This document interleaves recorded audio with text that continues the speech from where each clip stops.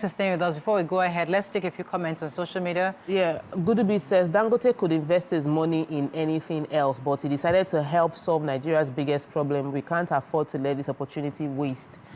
Then Antinam says Nigerians are entitled. They don't even know how other small African countries are coping.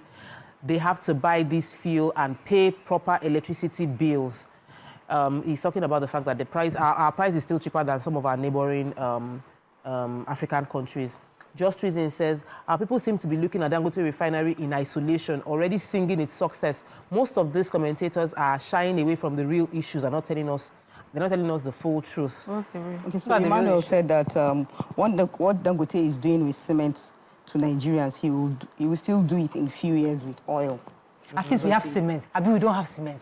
I mean, I'd rather have cement and not have cement. Yeah, so if I may add, the truth is that we all know that there's a cabal behind this whole thing. I don't know whether there will be a possible solution as soon as possible, unless we are able to deal with those people behind it, those who are sabotaging this whole thing and making it not to work. You know, until that works, on Monday, that's when Boaz said he sells to his distributors at 3,500 naira per bag. Okay, for the cement. Yes. How is they now sell at 7,000? So is your middleman doubles it. So this is where the problem comes. How can transportation cost be 100%? PCC. People want Get in there. This is people want to make okay, so that's another thing. Like the extra money. The same way people would prefer to go and sell petrol in Benin Republic, or Ghana, or Togo, and make double the amount, rather than sell at Nigeria. So, honestly, we end up subsidizing for other countries. We end up producing for other countries. So, what we consume in Nigeria, that's why NNPC cannot put a hand on what to consume. And you see, the petroleum minister, Enikin Dokobri, was making an allusion to that, and they twisted it for him. He said, fuel in Nigeria is around 600 naira per litre, just before the increment. And across the border is selling for 1,800 to 2,000. So they said he's making justification for the fuel price. But he's just saying the opposite. He said the security agencies who man our borders, if they can do their own part of this by ensuring that this, that's why I said earlier that if we can't get our borders properly manned, the success story we are recording with Dangote Refinery might just be a fluke. We still see feeling. But that's why technology has been employed to help us track these trucks. And so I'm hoping this technology, because we tried it with the ETA at the ports, and we see how Nigerians kind of sabotage that whole process. But I'm really hoping that, I mean, I want to be very optimistic and happy, but the pump price today, Nigerians are crying. I mean, I tried to fill my tank yesterday, and I just... What would I feel? Well, we Nigerians, too, are not even helping ourselves, because there are some filling stations that have this petrol, but they are not selling. They'll tell you to come at night. That's when they're going to sell the petrol. Why, what's the difference between night and... Yes, because in the night, they will sell maybe at a higher price. And nobody will know. And nobody will know. And then sometimes the filling stations will have petrol, and it's only a booth that will be working. One booth will be working. The rest will just be there, and then the queue will be very long. We ourselves, Nigerians, we are not helping ourselves. I think we should also, Nigerians should say, so my last trip, I rented a car and I drove around the US, and I noticed almost double the price from one state to another. So if you're buying fuel in Texas, the price is cheaper than if you're buying in California. California is like double the price. Someone even told me that just before you cross, because I went like 3 states, that fill your tank in Arizona before crossing the border, because once you cross over, the price jumps by $2, and that's not a small amount of money. So instead of buying $2.15, you're buying for $4 just across... Per gallon, yeah. Per gallon, just across the border. So, I mean, just interstate, like you're buying for 800 in Lagos, and then you go into Abuja, you're buying for 1,000. And it is normal. They don't see it as any big deal. People that understand it... The cost, the economics. That's the economics. But in Nigeria, we still have that sort of like, we don't expect that you should be paying more from state to state. It's not allowed. NNPC in other states will still be expecting they should sell the same price they sell in Lagos, discounting the fact that there is a cost of moving the transportation. The products. I have Eric. Let me take it. I'm not sure that was a comment or a question, but Eric, thanks for calling. You're live. Thank you. Good morning. Morning. Yeah. I have like 3 sets of questions. Number one, before they came up with the PIB that turned PIA, we thought that was going to be the Uhuru. Between then and now, I just want to ask, what has happened to Nigeria and Nigerians as regards fuel and all the petroleum products? That is one. Number two, just last week, the government said they expect dealers of foodstuffs to crash prices within a month. And 2-3 days later, the price of oil is going to the roof. I mean, how do we reconcile that with this? I mean, is there rail transport with which this foodstuff will be transported free to crash the price other than using it through fuel, diesel, and other means? Then, the final question I wanted to ask, although your guest has mentioned about it briefly, the conversion from petrol to CNG-powered vehicles, how many of the stations are available and at what cost? So that we know whether we will completely abandon the petroleum for the big guys and see a way to do the conversion and be moving at least on the bad roads as it were. Because we can't afford to use the entire minimum wage to buy just 50 liters of petroleum that does not take anybody anywhere. Thank you. Have a nice day. Thank you very much. So you started with the petroleum industry bill and the impact, and not seeing the impact. Yeah, the PIA is, gives, like I said, right of first refusal, to local refineries for them to, and with the PIA, that's why prices are expected to be determined by the market with little moderation from the government. That's which is why Dangote is saying he's waiting for FEC. But then also recall that there's, like I said, there's no way government can just leave everything open for the market to determine. We have seen that it's not working with the Naira-dollar exchange rate. That's why this issue of Naira for crude is coming up. So that's number one. Number two, he talked about the prices. Foodstuff. Foodstuff. Yes, I expect now that the prices of tubers of yam and tomatoes are coming down. I see one funny thing about tomato, which the Deputy Governor of Lagos State talked about recently. The tomatoes we are talking about, 80% of it is being grown in Badagry. And some people will go there and buy it for like probably 7,000-8,000 per basket and come to my 12 and sell at 40,000, 50,000. So the Lagos State government is doing something. It's doing something about that. According to the deputy governor, they are empowering those tomato farmers. Most of them from the north. They have this particular type from the north, which my wife talks about.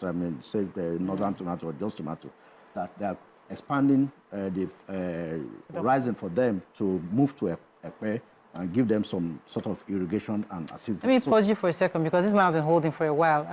Mr. Hassan from Lekki, you're live. We lost you the last time. Good morning. Yes, good morning.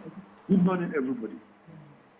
Please, what we are seeing now is a serious issue because we are seeing government giving people something with one hand, right hand, and taking it with the left hand. Recently, we are out of this salary structure, 70,000 minimum wage. Now, we are not experiencing a setback yesterday.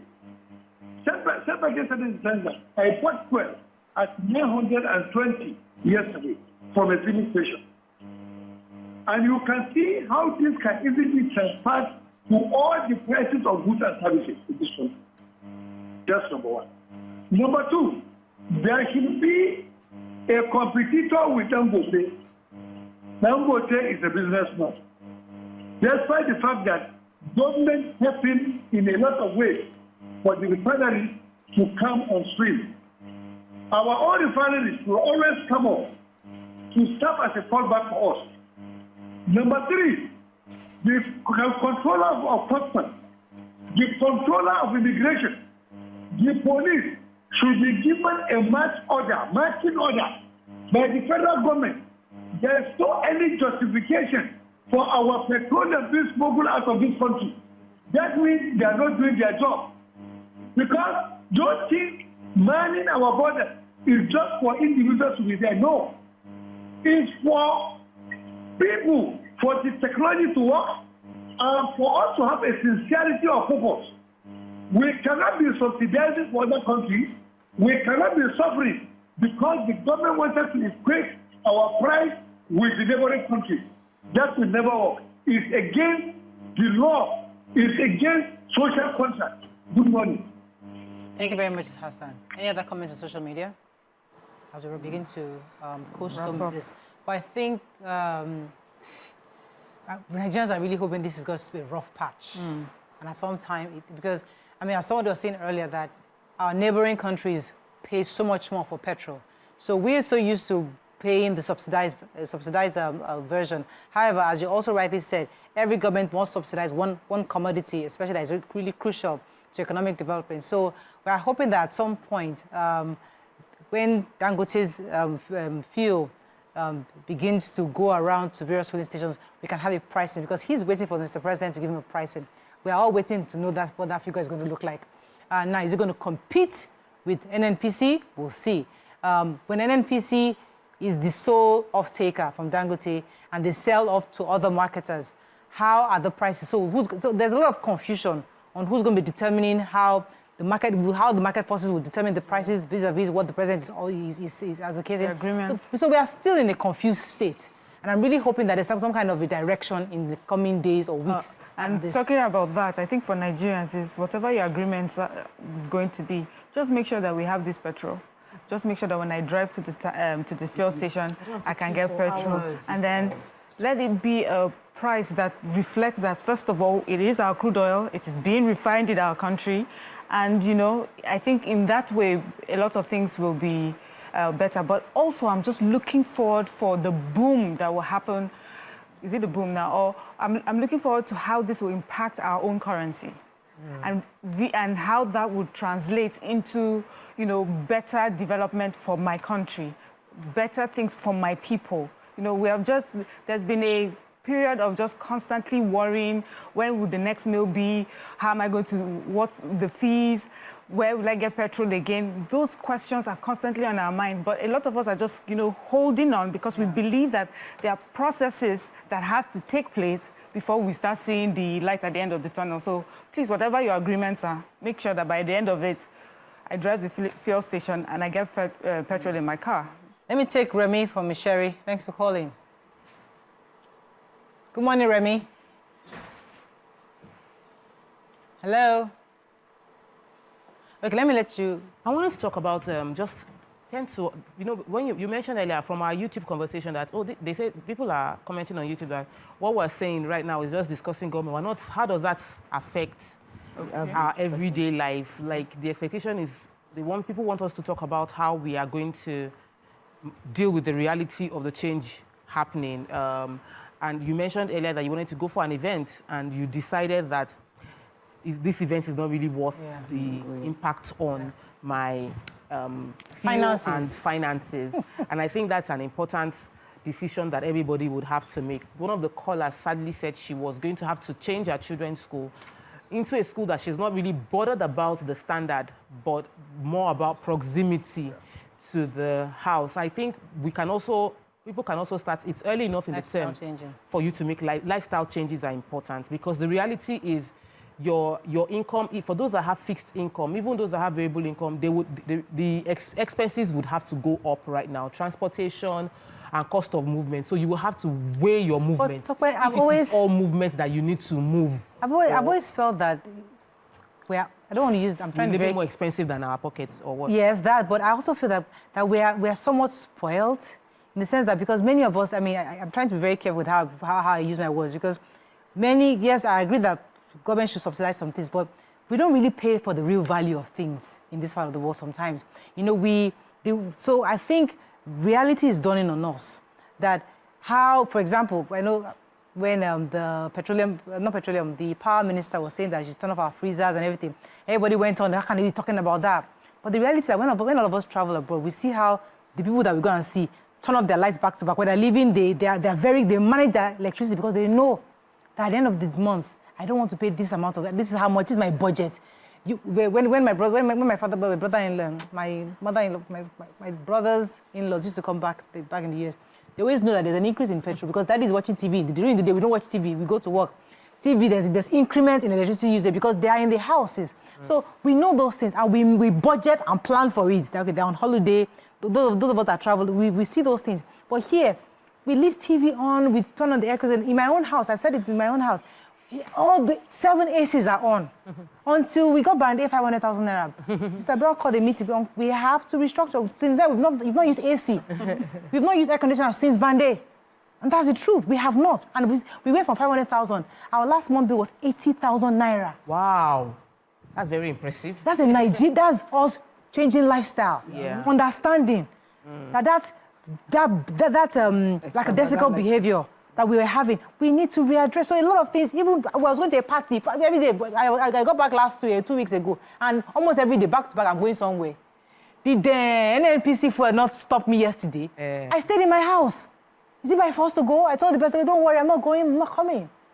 So we all have to begin to adjust. You're right about adjusting. Definitely, we should adjust, but that situation is different, whereby Nigerians are on queues. It's not that you could not.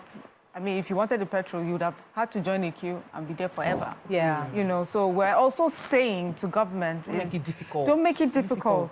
What is the advantage of having crude oil in my country? What is the advantage of being, you know, and then I'm queuing for hours? And so we are buying at very high. Yeah, so that's you know the funny thing, that's why we call government. That's why we have to call our government. Yeah. Institutionally, we are making some mistakes, you know, and we have to change that. And Nigerians will better understand then when you play your part. Nigerians also will better understand the part that they need to play. Now that I'm getting more light, I'm not screaming and shouting and NEPA, you know. When it comes, I know what I have used, and I know that I deserve the bill that I have gotten, you know. But there used to be a time where I would get a bill, and I would not get the electricity. Yeah. Let me let you have the final. What I want to say is that if the petrol is available, people will buy because people are even ready to buy. That's why not buying. How we used to say when we say let's make it available. They make it available, we'll pay. Yeah. Now it's available, and we're also available. We'll pay, and then we'll adjust. Now it's not available. Yeah. I have to let you have the final word because we're wrapping up now. I mean, final words on this matter. We have to wrap up. But we are the causes of some of these problems ourselves.